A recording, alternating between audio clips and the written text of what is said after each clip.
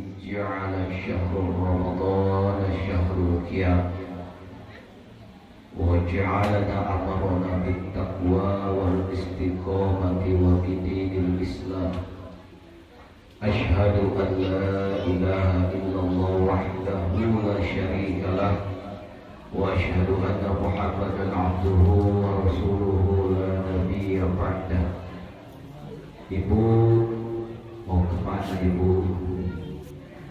Allahumma sholli wa sallim ala sayyidina Muhammadin wa ala alihi wa sahbihi ajma'in. Rabbi a'udzu bika min hamazati syayatin wa a'udzu bika rabbi ayahdurun. Jamaah salat sunat tarawih yang dimuliakan Allah Subhanahu wa taala. Kita mengajak sebuah kebaikan, menyampaikan tawasul bil haq. Itu ada tiga. Yang pertama adalah pujian. Jadi kalau kita ingin mengajak kepada orang banyak untuk menyeru kebaikan, misal menyampaikan di atas mimbar, ibu-ibu mengajak di jamaah majlis taklim kaum ibu, bapak-bapak di kaum bapaknya. Diawali yang pertama itu dengan memuji kepada Allah, atau kita sampaikan alhamdulillah. Itu yang pertama. Pak RT bisa mau mengajak warganya. Selain daripada untuk mengajak pembangunan, biasanya ada ajakan kebaikan. Yang pertama itu kita memuji kepada Allah. Yang kedua itu bersyahadat. Asyhadu an la ilaha illallah syarika. Biasanya seperti itu. Untuk apa? Agar mengingat pada diri kita, agar diri kita juga tidak dibisiki oleh iblis maupun oleh setan-setan yang menjadi bisikannya. Yang ketiga adalah bersolawat. Jadi dibiasakan ketika mengajak kebaikan, pertama memuji kepada Allah, yang kedua bersyahadat, dan yang ketiga adalah bersolawat. Alhamdulillah, malam ini kita berada di malam yang ke-7. Sudah 6 hari kita berpuasa Ramadan. Alhamdulillah, malam ini rumah sholawat juga bagian dijadwalkannya tarawih keliling di Mushola Nurul Hikmah. Yang kedua, jadwalnya Ustadz Abdul Hadi Muhammad tadi jam 7. Beliau WhatsApp saya, kakinya terkilir, kejeliker, sehingga nggak bisa datang. Dan memang saya juga mau silaturahim kembali, jadi bisa bertemu dengan jamaah semua. Mudah-mudahan Ramadan tahun ini membawa berkah untuk kita semua. Amin ya rabbal alamin. Satu yang saya mau sampaikan jemaah sekalian, tadi kurang lebih 4 jam yang lalu ketika azan berkumandang, ya, kita dengar kalau dari dalam rumah, dari media televisi, atau yang bertetanggaan dengan masjid atau dengan musola, begitu azan maghrib, Allahu Akbar, Allahu Akbar. Kita semua di bulan puasa, apalagi ini di hari ke-6 tadi, sekarang malam ke-7, itu di hadapan kita sudah tersaji menu takjil, ya. Segala macam menu berbuka itu ada, yang manis, yang segar, semua ada. Saya mau tanya, ketika azan berkumandang, apa yang kita lakukan? Minum. Ya. Jadi kadang-kala di kita di masyarakat berbuka, angkat tangan di tengah keluarga ini. Allahumma laka sumtu wa bika amantu wa ala rizkika abdultu bi rahmatika ya arhamar rahimin. Nah, ternyata itu bukan, Bu. Itu salah. Yang benar itu kita minum dulu. Yang benar itu kita disunahkan memakan kurma. Nah, makan kurma 3 biji. Ya, kita makan kurma. Nah, kalau kita sudah batalkan, baru kita berdoa. kalau doa dulu belum dibatalkan, itu menabrak artinya. Ya. Allahumma laka sumtu, ya Allah niat aku telah berpuasa. Ya, telah berpuasa itu berarti dia sudah membatalkan puasa. Wa bika amantu, dan aku beriman kepadamu. Wa ala rizqika aftartu, dan atas rizkimu aku berbuka. Jadi kalau kita berbuka puasa itu, ya, sebelum baca doa itu dibatalkan dulu puasanya, dimakan kurmanya, diminum, dimakan kolaknya, udah agak enak, hilang dahaga, perut udah terisi, baru berdoa Allahumma laka sumtu. Kemudian yang kedua, tadi kita melaksanakan sholat sunat tarawih, ya. Kita ini dianjurkan sholat sunat tarawih, jangan ditinggalkan sholat sunat ba'diyah, ya. Jadi setelah sholat isya langsung kerjakan sholat ba'diyahnya sebelum sholat sunat tarawih. Itu jangan ditinggalkan. Jemaah sekalian yang dimuliakan Allah Subhanahu wa taala, malam ini sudah masuk malam hari.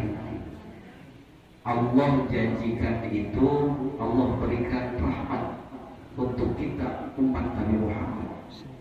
Ya, 10 hari pertama Allah turunkan rahmatnya. Jadi kalau kita ingin minta rahmat Allah, Allah berikan. Masih ada waktu 3 hari. Selanjutnya 10 hari berikutnya Allah berikan maghfirah, ampunan. Kita yang perlu berdosa, masa lalu perlu maksiat di bulan Ramadan. Minggu ketiga 10 hari terakhir itu disebut minata, diangkat dari siksa api neraka. Jamaah, rahmat Allah itu akan membawa hambanya. Ya. Kalau kita mengandalkan sholat kita nih, ya, kita sholat 5 waktu, kadang-kadang diulur, kadang diakhirkan, kadang sholat 5 waktu kita pun tidak berjamaah. Sekalipun berjamaah, biasanya sholatnya, jadi tidak ada jaminan dengan sholat kita masuk surga. Satu, ya, karena sholat kita masih memikirkan dunia.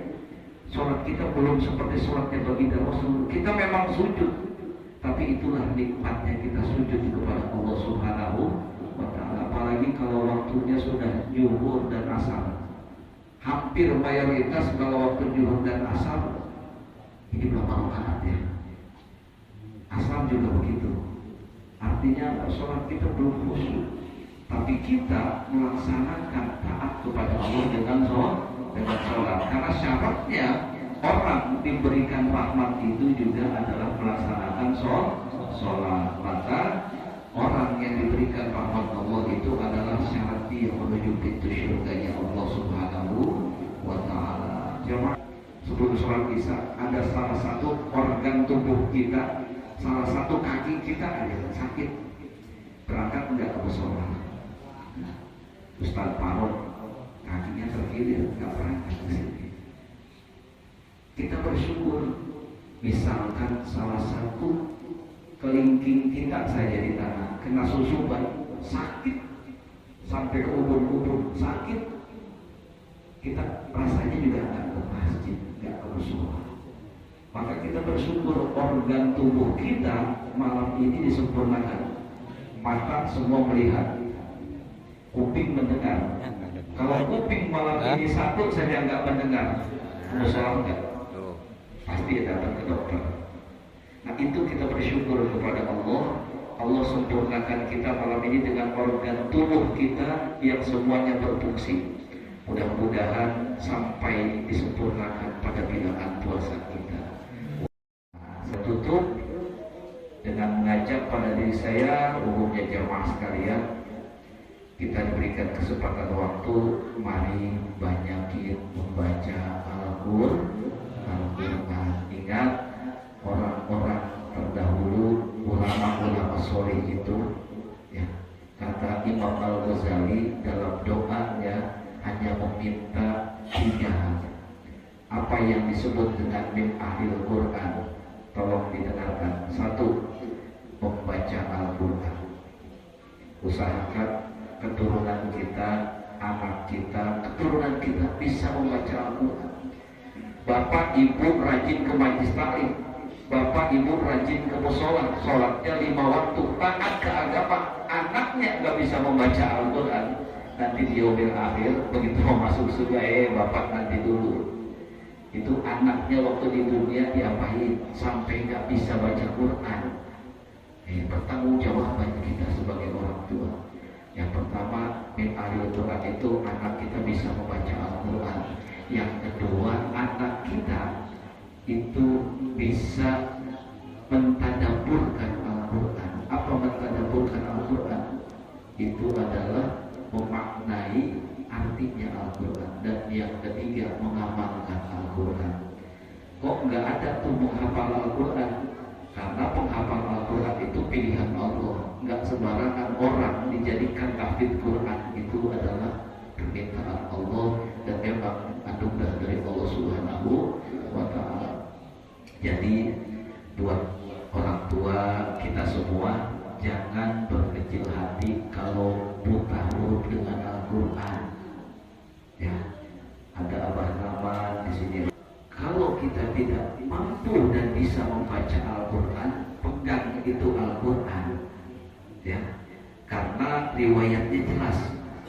Orang yang mencintai Al-Quran, membuka mushaf Al-Quran, meyakini kebenaran isi Al-Quran, nanti Allah pelangi kuburnya. Saya pernah sampaikan di sebuah pengajian, ada kuburan yang mengeluarkan cahaya. Orang itu buta Al-Quran, tidak mengenal huruf, tapi setelah selesai sholat, dia selalu memegang Al-Quran, dia ambil Al-Quran. Orang itu buta huruf, tapi dia meyakini Al-Quran itu pedoman hidup, dan dia meyakini Al-Quran adalah sebuah bukti kebenaran dari Allah. Dia mencintai Al-Quran sekalipun dia buta huruf Al-Quran. Jadi kalau ada jamaah di sini yang sudah usia di atas 50 tahun ternyata belum bisa baca Quran, jangan berkecil hati. Setelah selesai sholat, pegang Al-Quran di rumah, ya bukan, nggak dibaca nggak apa-apa, tapi dalam hati meyakini bahwa Al-Quran ini adalah sebuah kebenaran, maka Al-Quran nanti akan menjadi syafaat penyelamat kita di yaumil akhir. Amin ya rabbal alamin. Baiklah, kita jaga saum kita, jangan sampai saum kita seperti yang dikatakan oleh Imam Al-Ghazali, saumul awam, ma huwa saumul awam, orang yang puasa hanya menahan lapar dan haus. Kam min shaimin laisa lahu min siyami ilal ju' wal atas. Jangan, puasanya sah karena dia nggak makan, nggak minum. Tapi ketika tidak bisa mengendalikan nafsunya, mengendalikan matanya, mengendalikan hatinya, maka akan berkuranglah ibadah puasanya. Puasanya sah, tapi pahala puasanya berkurang di hadapan Allah Subhanahu wa Ta'ala. Itulah orang yang puasanya sumul awal. Mudah-mudahan puasa kita bukan cuma sah menahan lapar dan haus, tapi puasa kita pahalanya diterima Allah Subhanahu wa Ta'ala. Makanya doanya tadi dibaca tuh, Allahumma innaka afuwwun karim tuhibbul afwa fa'fu anna. Allahumma innaka afuwwun karim tuhibbul afwa fa'fu anna. Allahumma innaka afuwwun karim tuhibbul afwa fa'fu anna. 3 kali dibaca. Ya, itu saja. Kurang lebihnya mohon maaf. Hadallahu wa iyyakum ajma'in. Wallahul muwaffiq ila aqwamit thoriq. Assalamualaikum warahmatullahi wabarakatuh. Sallu ala Nabi Muhammad.